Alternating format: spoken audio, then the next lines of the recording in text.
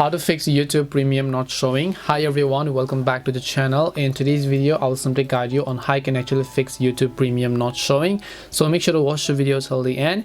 If you basically have a premium membership on YouTube but for some reason it is not showing up for you, there could be a couple of reasons behind this. To fix this, all you have to do is simply first of all open up your browser, go to youtube.com, right? Then once you come to this page, what you want to do is just click on the profile icon from the top right hand side. Then here you will find the option called paid memberships. So basically if you have premium, then you'll find paid membership. If you click on paid membership, you can just click on any of the membership and then you can simply resume a membership in that way if it is available in your region. But if it's not, then you will not find the option. And of course if you do have premium, then you can just check that out, or else I'd also recommend you to simply try to sign out of your Google account for once and then sign in back again in order to see if that solves the problem, because most of the times the premium could not be loading for that very reason as well.